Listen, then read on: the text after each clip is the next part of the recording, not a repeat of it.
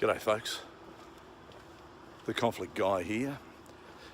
Another telling it like it is snippet of information for managing conflict and aggression. And I've taken another opportunity on a glorious Melbourne afternoon to go for a bit of a walk, as I like to do, and to share some information with you about managing aggression. I've noticed in previous posts that sometimes the breeze messes with the audio, and so if that's happening again, I apologise. It's difficult to know that that's happening until you upload the video, and then you go, oh, that's no good. So I ask you forgiveness, and please just put up with it so I don't have to keep recording the same thing over and over again, hoping that the breeze doesn't affect it. So I wanted to share a thought with you, and again it's based on some of my own personal experience. And it has to do with our behaviour, as you no doubt expect. But this time it's more about the influence that others have on our behaviour. You see, I have been through a situation personally where I hung around with a particular group of mates who were heavy swearers. And lo and behold, I became a heavy swearer. Because that's not unusual. That's actually really common, that you start to adopt the behaviours of those that you associate with. And of course, you all would be familiar with the saying that goes, if you lie down with dogs, you end up with fleas, which is a pretty ugly way of describing my experience, because they're still mates. They just tend to use a lot of profanity. And I'm okay with that as long as I recognise that if I start to use more profanity that I'm used to and that I'm comfortable with, then it's the external influence of my peers that's creating that change. Now, obviously, how this relates to aggression and conflict should be clear. That the more you hang around with certain people, you adopt their attitudes, and so you adopt their approach to transactions with others. So if you happen, for example, to hang around with a group of friends who are particularly sarcastic, then you may develop a sarcastic approach to other people. If you hang around with groups of people who are a bit more dismissive of others, then you may find that you're developing a dismissive attitude. Same thing if you hang around with people who are more aggressive and are more inclined or less inclined to manage conflict in a mature manner. You may find that the way in which you manage disagreements and arguments changes in line with what you're being exposed to.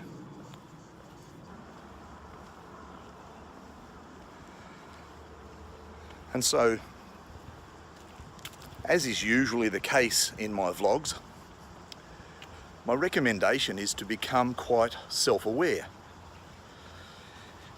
And one of the things that I think is reasonably poorly done in society today is a level of self-listening.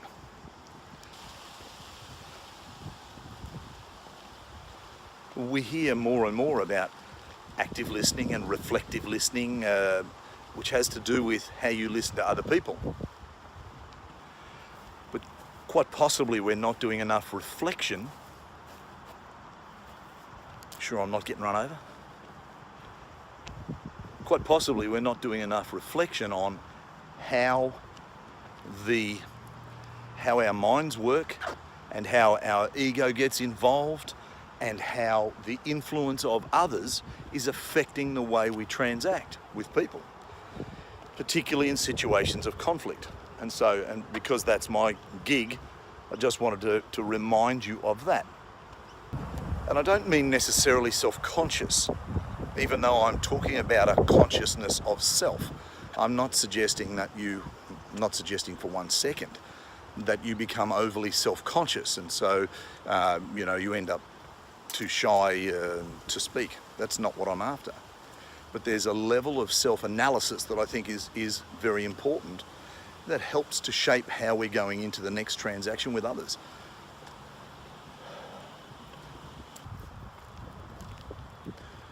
If you've ever been involved in some sort of critical incident, or even just a reasonably minor incident in the workplace, what often happens is that the management will get together and conduct a debrief, whether that's a formal or an informal debrief, if that's a hot or cold, in other words, immediately after or a period of time after.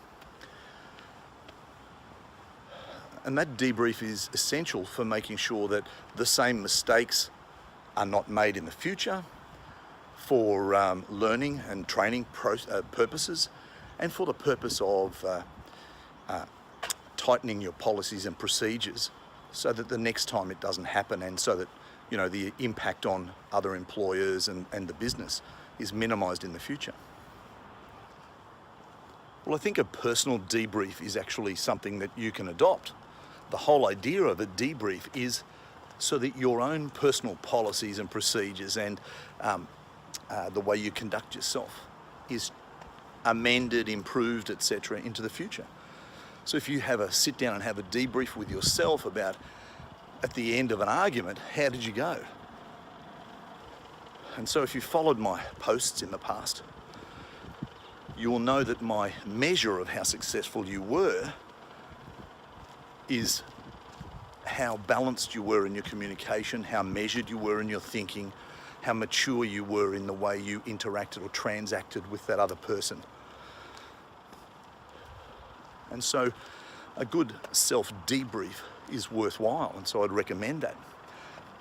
But the other thing I want you to think about is, how influenced were you by other people when it came to this disagreement or argument you found yourself in? How did the influence of other people affect the way you presented yourself in that argument? And so your debrief should consist of those things.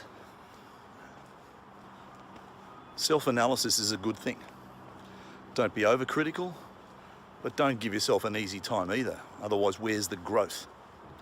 And I want to talk to you about growth and how learning occurs in a coming up post.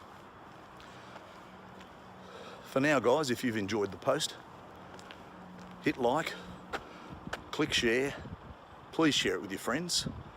This information needs to continue to get out there. Subscribe to the channel, and I look forward to talking to you again soon. I'm off to enjoy another glorious afternoon. Guys, look after yourselves and stay safe. Ciao for now.